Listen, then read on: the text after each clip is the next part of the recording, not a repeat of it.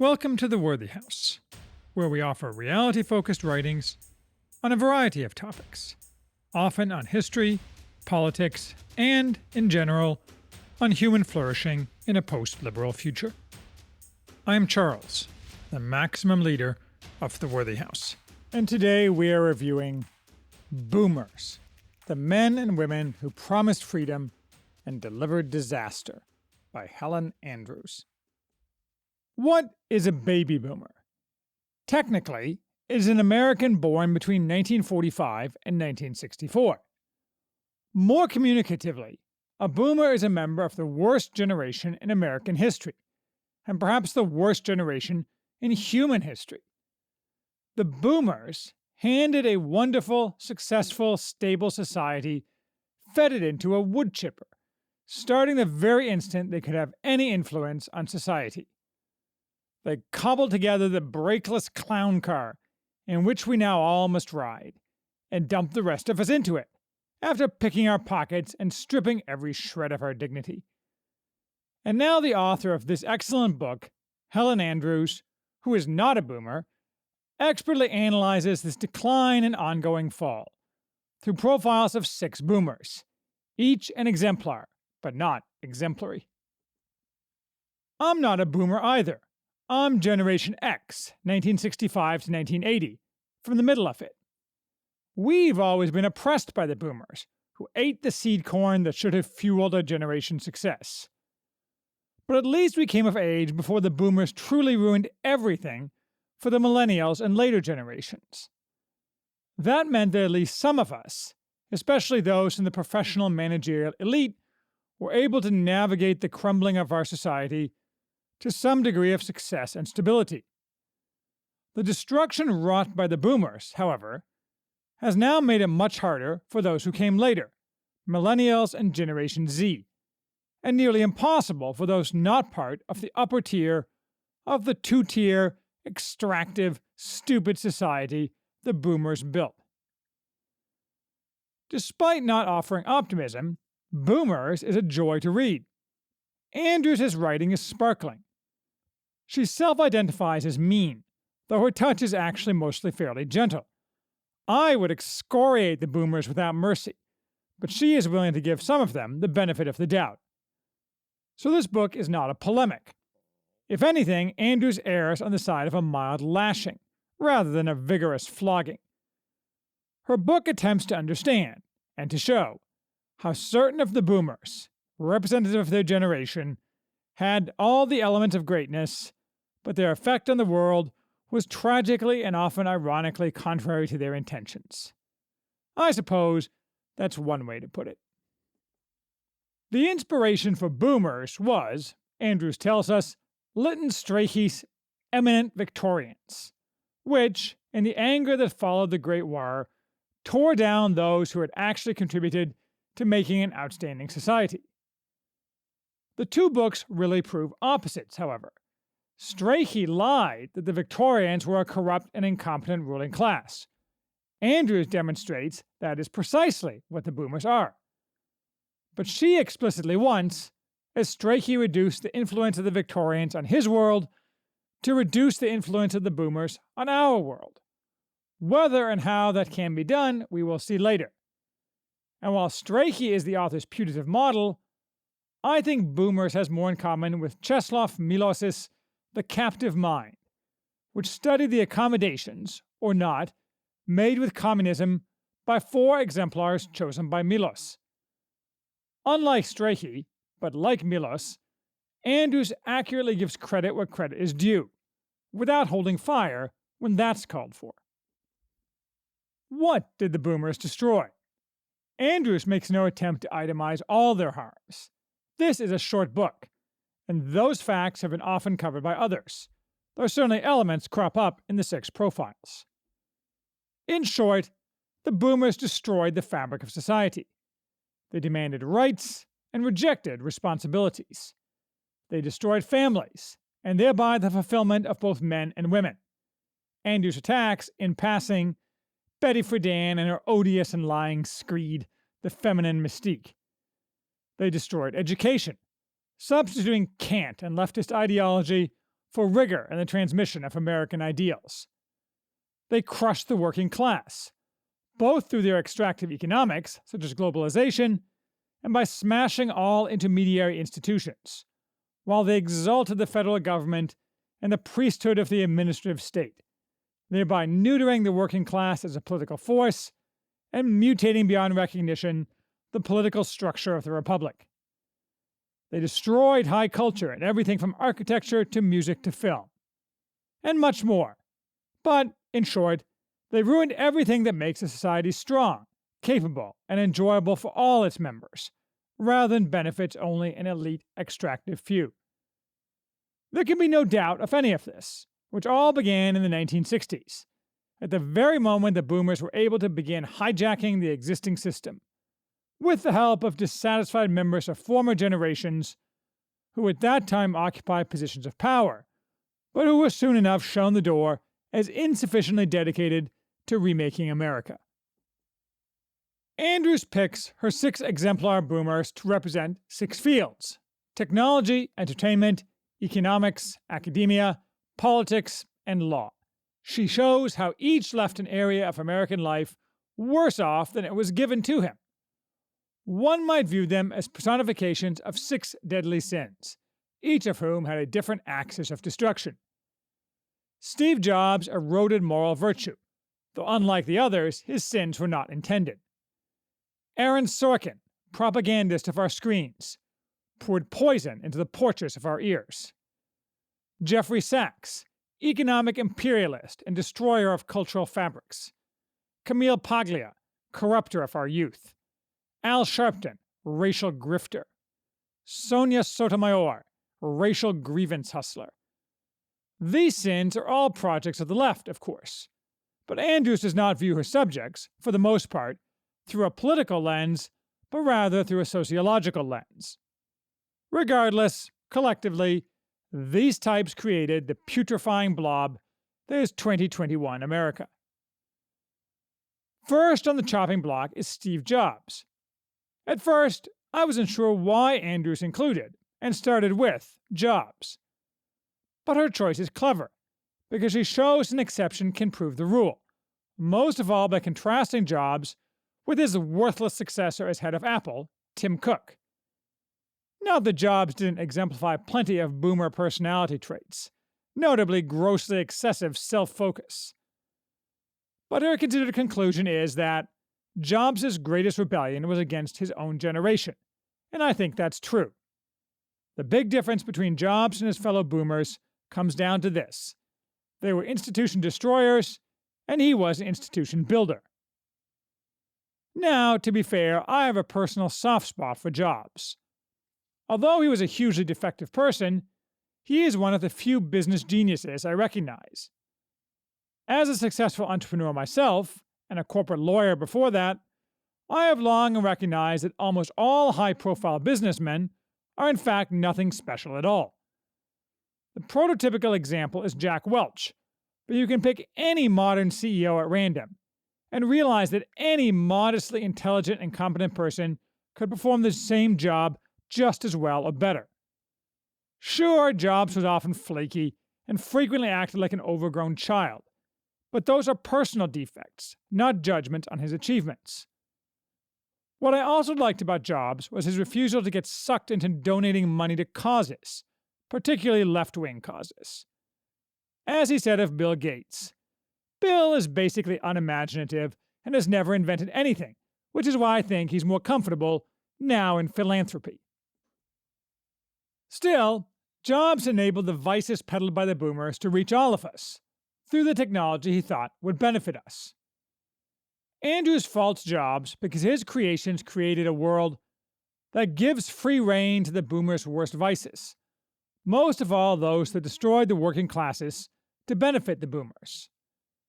Jobs effectuated, as Andrews says, limbic capitalism, the redirection of America's productive energies into inducing and servicing addictions.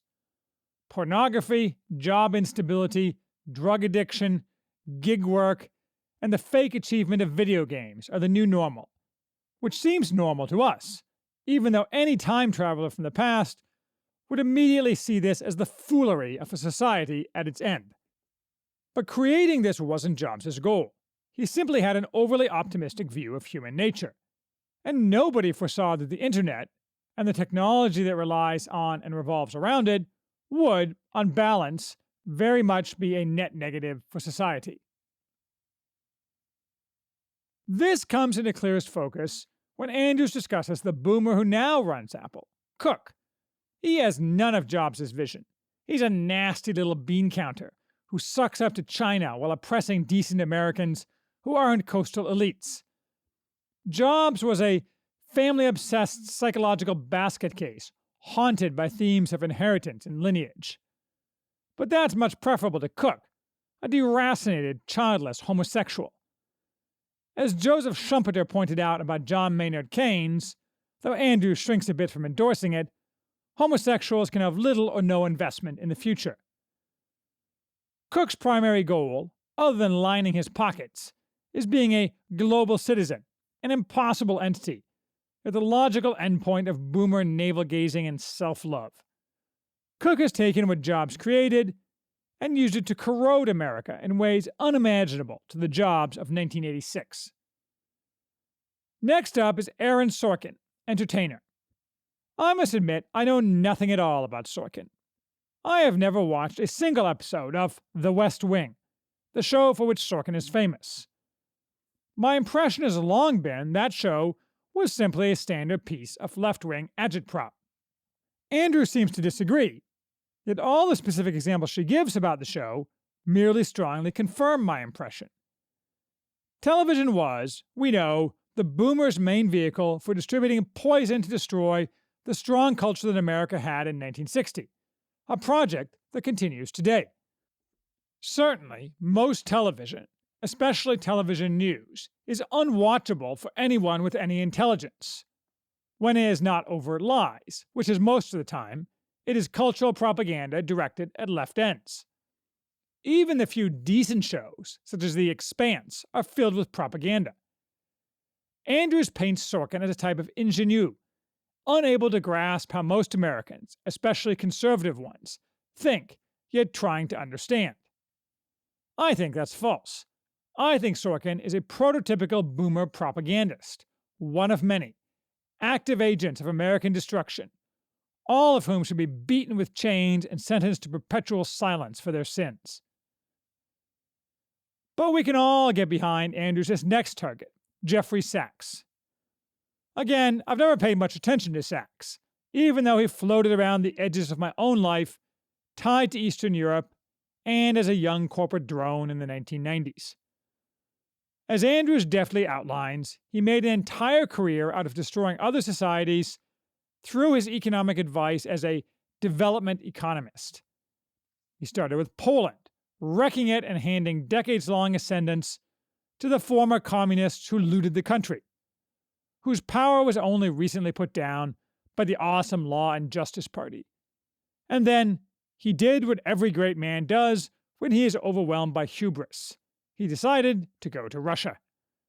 There he became tangled in, and indirectly participated in, the web of corruption that nearly destroyed that country. Hitting the eject button, he next went to Africa and ruined countries there through involvement in the United Nations' Millennium Villages program. Sachs was earlier ably pilloried by William Easterly, whom Andrews discusses, although she doesn't endorse Easterly either, with his overly Hayekian, libertarian approach. Ironically, in a way, given Strachey as her model, she endorses the Victorians, the colonialists. After all, with maybe some very rare exceptions, the colonized were never better off than under colonialism, something that I'm certain will get even more true as the world spins apart over the next decade or two, returning those sections of the world now totally dependent on Western handouts to the barbarism from which they came. Camille Paglia is chosen to represent academia. I can't decide if this is an inspired or cramped choice, given that of all the 6 areas Andrews examines, academia is today the closest to a singularity of cretinhood. With tens of thousands of possible choices for sinners, many more academically mainstream. Andrews' criticisms of Paglia are less related to the Academy, although Paglia's superficiality and repetition do characterize the Academy, and more related to her greatly contributing, under the guise of iconoclasm against the left, to the destruction of culture. This included the mainstreaming of pornography, which has turned out, along with the culture of contraception, to be a disaster of the first order. The boomers caused this. They normalized obscenity and made it impossible to prohibit through their control of the courts. Andrews ties this degradation to the degrading of culture more generally. There was high culture and folk culture. Now there's only pop culture. And Paglia was instrumental, or at least highly visible, in this process as well. I think it began long before Paglia, though. But it doesn't really matter.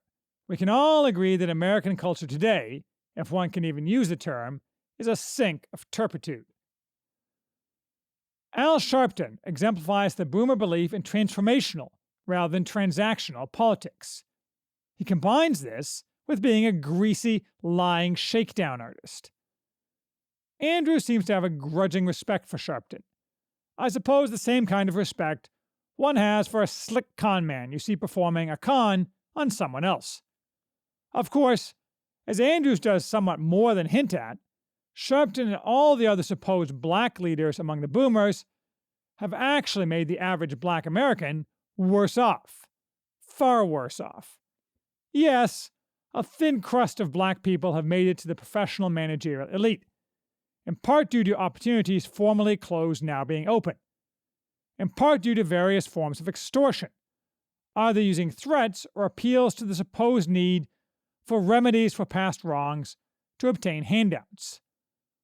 Most black people today in America, though, are far worse off, relatively speaking in economic terms, and, as far as family and social structure go, absolutely speaking, than they were in 1960. Andrews pulls few punches here, nor should she, especially since the gross falsehoods used to slander white people during and after the Floyd riots has entirely justifiably enraged white people in America.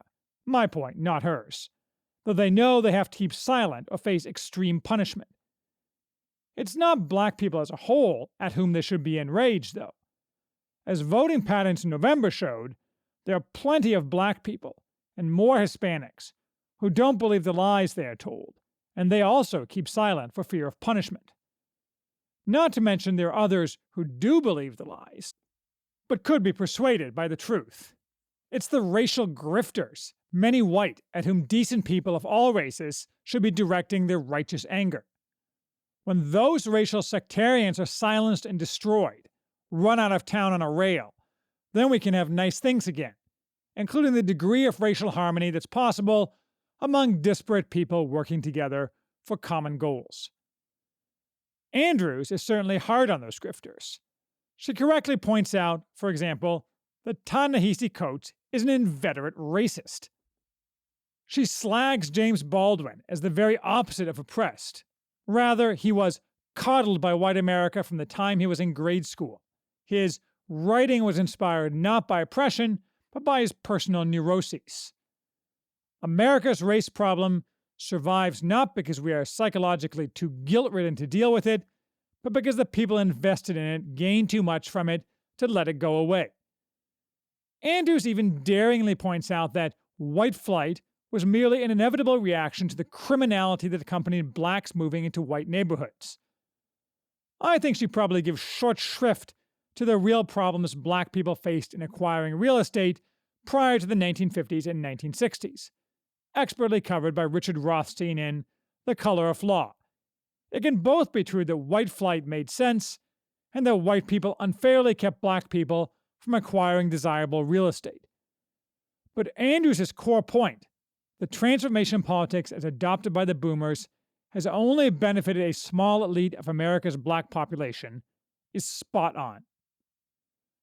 Sonia Sotomayor, on the other hand, is an entirely different type of racial hustler, one who ignores politics entirely to instead achieve her ends by corrupting the rule of law. She's a type anyone in the professional managerial elite knows well, an unintelligent person, in her case perhaps as dumb as Earl Warren, Andrews says, elevated far beyond what she could ever have accomplished on her own, simply because of her race or ethnicity or sexual hungers, and hugely resentful as a result. In Sotomayor's case, as in many such individuals, this emerges as hectoring and bullying, and an aggressive need to silence anyone who would point out the truth. When I worked in a big law firm, this type was very common, and inevitably rose in the law firm hierarchy, as high as he, or, more often, she wished, and therefore dictated, as a result. Of course, the Minister of State makes this corruption possible, most of all through the so-called Equal Employment Opportunity Commission, backed up by the courts which have abandoned the rule of law. And that's all 6. This is a lot of sins. But should all the boomers be indicted for the sins of some? I'm not really sure. On the one hand, most boomers weren't destructive. We associate the odious left project, implemented by the boomers, of the Port Huron Declaration, with all the boomers, and that is somewhat unfair. I'm currently reading the first volume of Neil Ferguson's biography of Henry Kissinger, and he notes in passing that in 1968, 59% of those in their 20s wanted aggressive expansion of the Vietnam War. That is to say, most boomers rejected the left. That the left has triumphed is not their fault. On the other hand, they didn't do anything to stop the boomer elites from destroying America, did they? And now, all the boomers, left, right, and center, are parasitically draining America. More than half of federal spending, at least until the Wuhan plague, consisted of cash payments to those over 65. And, worst of all, the huge cohort of boomers didn't accomplish anything to counterbalance what they destroyed. I can't think, off the cuff, of a single boomer who accomplished anything great. Can you? I mean, I'm racking my brain, and I can't think of one. I can list endless boomers who destroyed a small part of America, but like Abraham arguing with God over Sodom, can't find anyone who benefited America. Andrews ends pessimistically, in essence afraid that the boomers have left nothing for the rest of us, having successfully gutted America, and that recapturing the Western tradition in these circumstances will be a tall order indeed. Certainly, the many millennials or woke-tards suggest salvation is not to be found among them, though perhaps there are gems waiting to be found in that generation. She's right, but she doesn't take the next logical step, which is that something crippled that cannot be healed should be put down. We should burn it all with holy fire, every aspect of our elites, their government, their law, their economics, their academy, their control of technology, and then rebuild, perhaps with the assistance of Generation Z, among whom there are signs of a return to basing in reality. No time like the present to get started, so perhaps we should wait until some greater instability to maximize the push.